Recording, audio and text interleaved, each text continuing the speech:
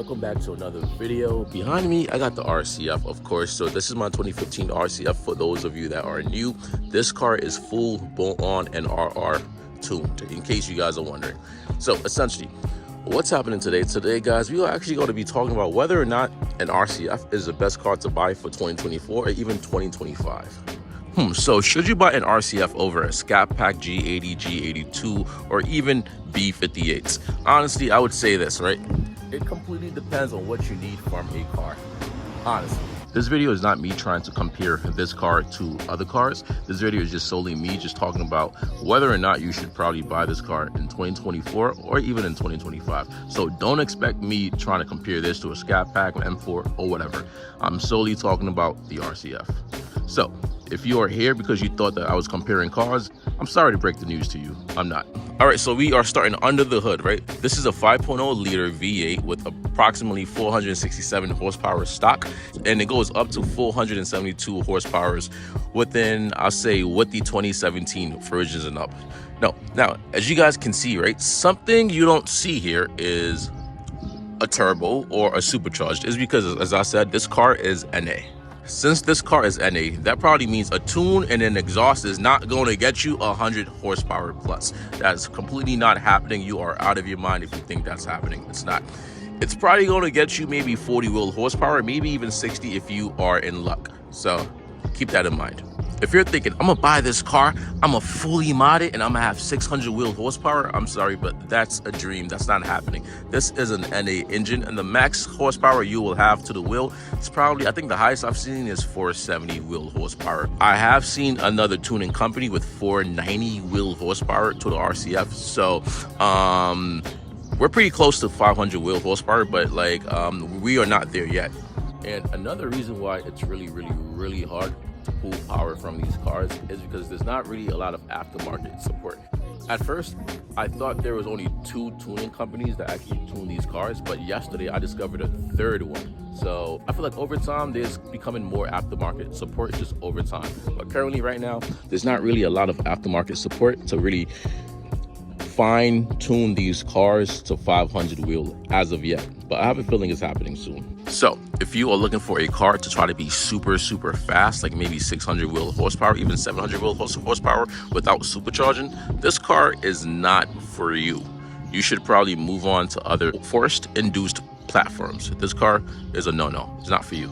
It's moving on to the lines of this car. Yo, every single time I look at this car, it reminds me of an arrow, like just an arrow, because it's just so aerodynamic. You guys get it? That brings me to the next point. If you guys are trying to track this car, if you're looking for a car to just track and just have fun, I would say this car is 100% for you. This car is a track demon. Like, personally, I haven't really took it to the track yet, but when I'm on a highway and when I'm going around curves and turns, yo, this car remains planted to the floor at like 100 in Mexico, of course, you know, in Mexico.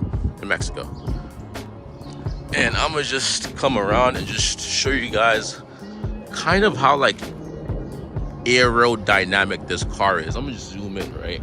So like at every single angle is like a sharp edge. Like, fuck, I just cut myself. Shit's so sharp, right?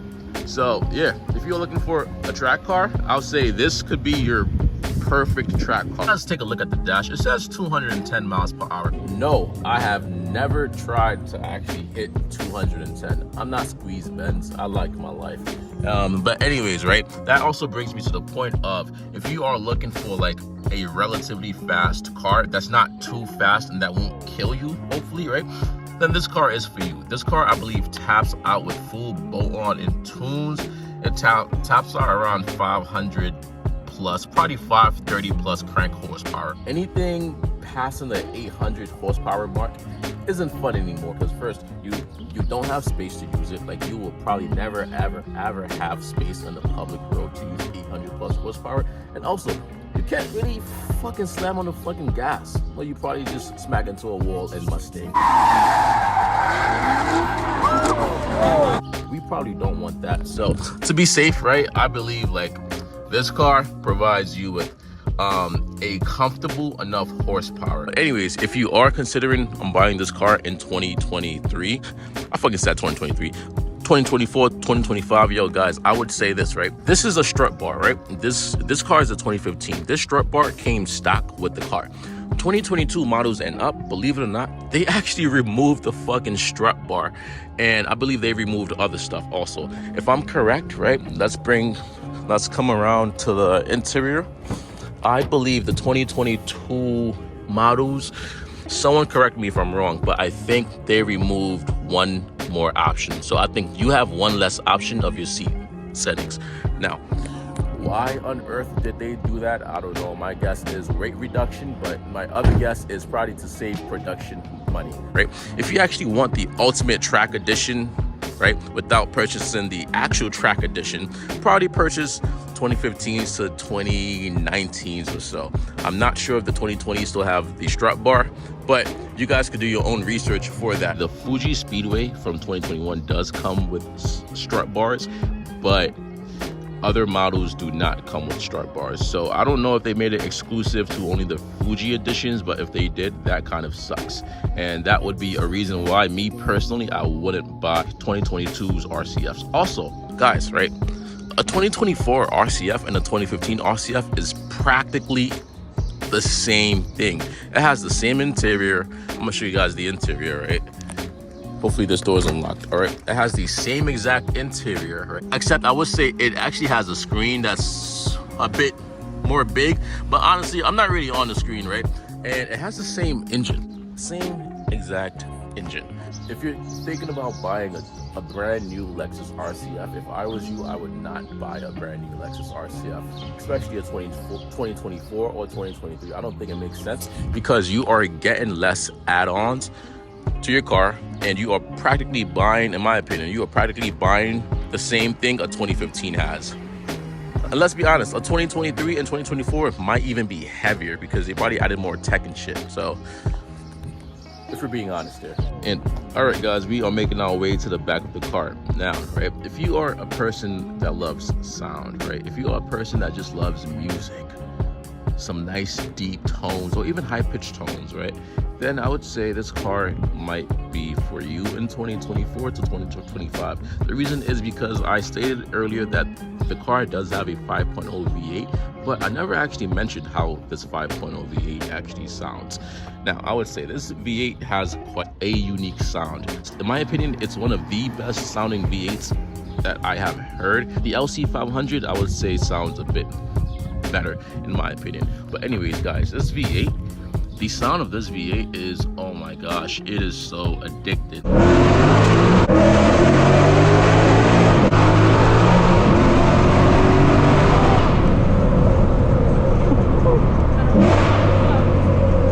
Like, it is insanely addictive.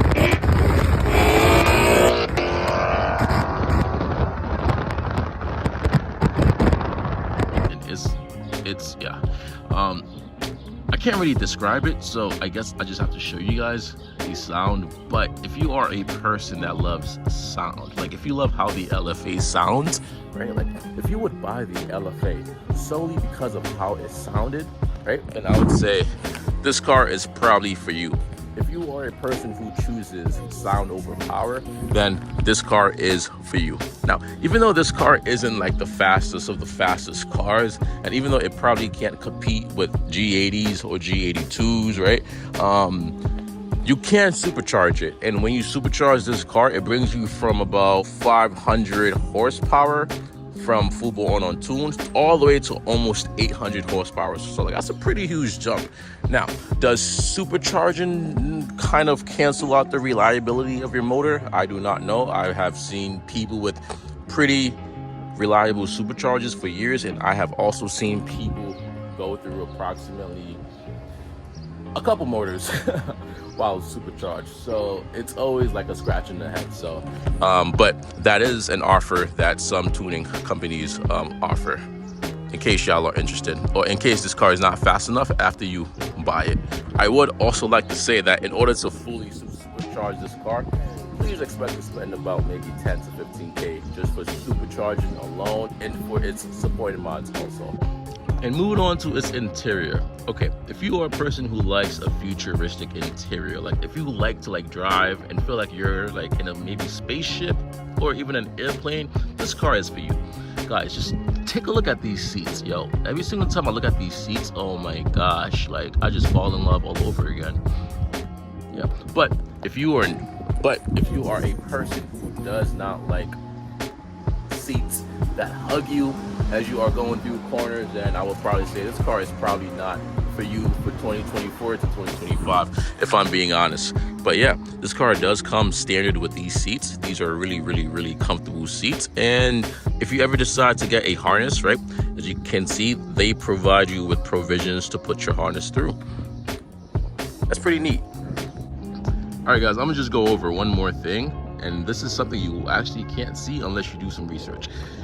If you are looking for a lightweight car, for example, right, if you are coming from a Honda Civic or some shit, right, or something that's not too heavy, and if you are like, yo, I want an RCF because it looks like a really light car, I got some news to break to you. Because this shit, yo, honestly, yo, guys, this shit and a Scat Pack are practically twins. All right, I'm kind of dragging it. A Scat Pack weighs like probably 300 pounds more, 400 pounds more, but this car weighs approximately 3,000.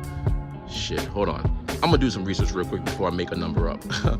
Shit, holy shit. I just checked and I am shocked. Yo, this car weighs 3,958 pounds. Now, I don't know if this car specifically weighs that much. I hope not, because I did some stuff, so hopefully it's not as heavy. But the stock version weighs 3,958 pounds. And if you know how to math, you know, and if your math is right, and if you kind of round up, that's practically 4,000 pounds. So you're kind of in the same league as like Scat Packs essentially. But even though I do kind of feel like this car would be a Scat Pack because it is not as heavy, but it's still pretty heavy. So if you're coming from a Civic and if you're like, yo, I want an RCF because it looks like a light car, well, shit, I'm sorry to break your dreams. It's not a light car. It's not. But it is an amazing track car. And once you do some weight reduction mods on it, shit, it's the fucking dream. Crazy. And the last thing I'm gonna talk about is reliability. If you are looking to get a car in 2024, 2025, that's kind of fast, right? Look good. That's a track car, and that could probably keep up with other V8s, right? And that's also reliable, and that would probably last you for a long time. This car is for you. I've seen F cars, even full bolt-on and tuned F cars, last over 200,000 miles. So yo guys, if you guys are looking for a really reliable sports car that's fun to drive and in which you won't really have to worry about anything, then this car is probably the car for you. If you are looking for a really fast car that's probably might be reliable, but you're not too sure, but like a really fast car, and if you're just trying to have fun, this car is not for you. It is not the one for you. You should probably choose a different platform that's force induced, as I said before.